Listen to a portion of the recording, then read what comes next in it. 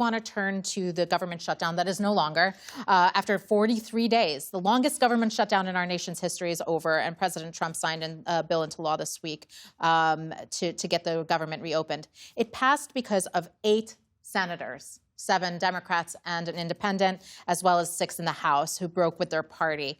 Nancy, many Republicans are now accusing the 8 senators in particular who voted with Republicans of betraying the party at the expense of health care and other important issues. Right. Explain how that dynamic is playing out.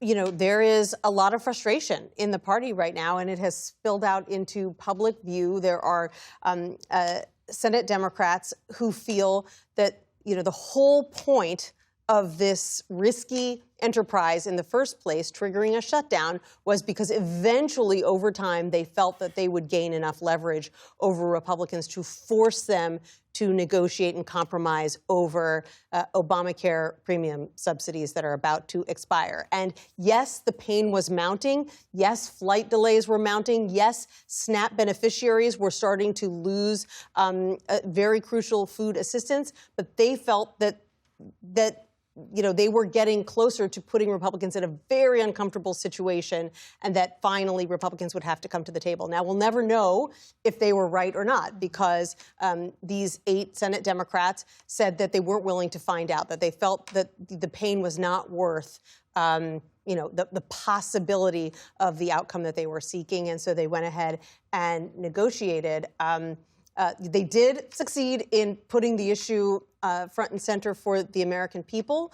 And polls show that in the end, everybody kind of gets the blame for a shutdown, typically. But other than that, it's, you know, it's not very clear what they gained from allowing the government to stay closed for 40 days or so. And at the heart of this, Natalie, were Obamacare subsidies that are set to expire.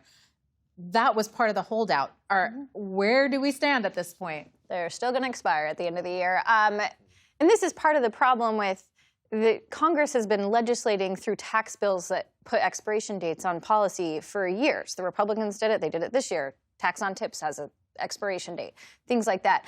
So these subsidies were put in place by Democrats when they were in charge in Congress. They did it the same method that Republicans used to pass their tax bill. So it has an expiration date, and it's going to hit. People are already realizing how much their subsidies or how much their health care has increased without those subsidies. And it does have a trickle effect to people who get their insurance from the private sector, from their employer, because as people's health care goes up, they tend to not be on health care. And insurers know that, and hospitals know that, so they charge more.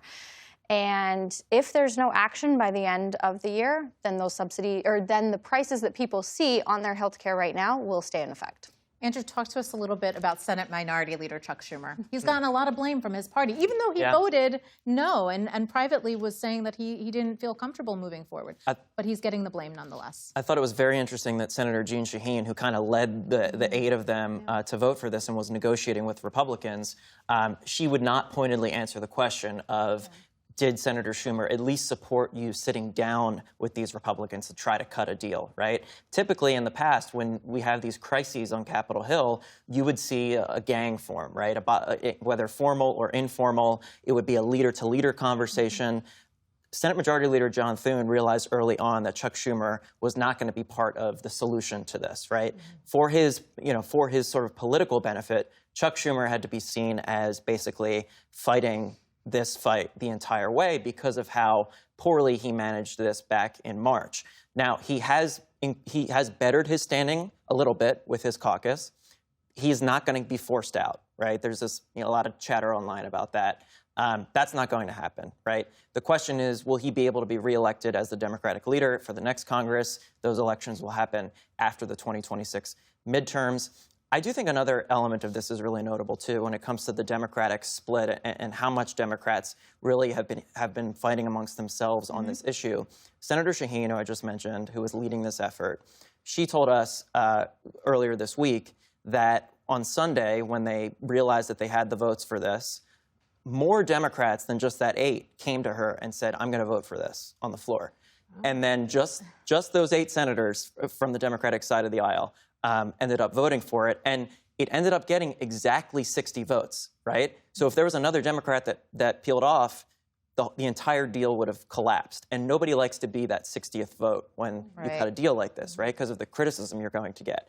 I think the point that Senator Shaheen was underscoring was that so many of them felt, I don't know if bullied is the right word, but they felt like there was so much pressure from the left, from progressives, to hold the line, such that so many of them who came to her earlier in the day and said, hey, we're going to actually have 12 to 15 Democrats supporting this, ended up peeling off by the time the vote happened and just barely got through. I read a fascinating statistic this week that the average age of the eight senators who voted to side with Republicans was 70. Right. And, you know, we were talking about the New York City mayoral race and sort of the generational divide in the Democrats who voted for Zohran Mamdani. Did that play out in this as well? Absolutely. And I think one of the biggest trends in the Senate over the last 10 to 15 years has been the hollowing out of the middle, right? The middle of the Senate, Democrats and Republicans alike, centrists, moderate senators who would be at the table trying to cut a deal, trying to get out of this crisis, right?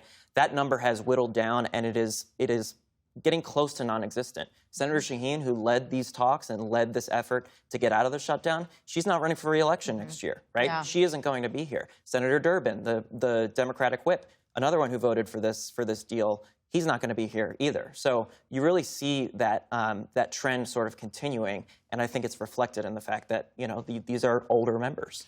Jeff, the Congressional Budget Office estimates the shutdown cost the nation an estimated $11 billion. A number of polls that have been taken in the last few days show that Americans care most about things like affordability and health care, you know, just being able to take care of their families.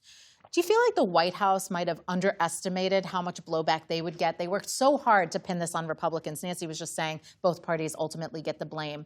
But did they really understand how much blame Republicans would get at the end of the day? Well, we were talking earlier about defensiveness. They were very defensive on this issue as well. Both the president and his people frustrated that all of a sudden the Democrats have had a success on the issue of affordability. And that was sparked, of course, by the off-year elections the other week, which this week got a little bit less attention, but it's still sort of underscoring the fact that that is now a strength for Democrats and it's a weakness for Republicans. And you were asking about the polling.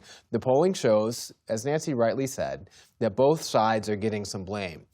But more of the blame is going to Republicans than it is to Democrats. And that's in part because of a perception that President Trump has lost, I don't want to say lost his way, but lost his focus on the things that he promised he would do on the campaign trail with regard to bringing prices down.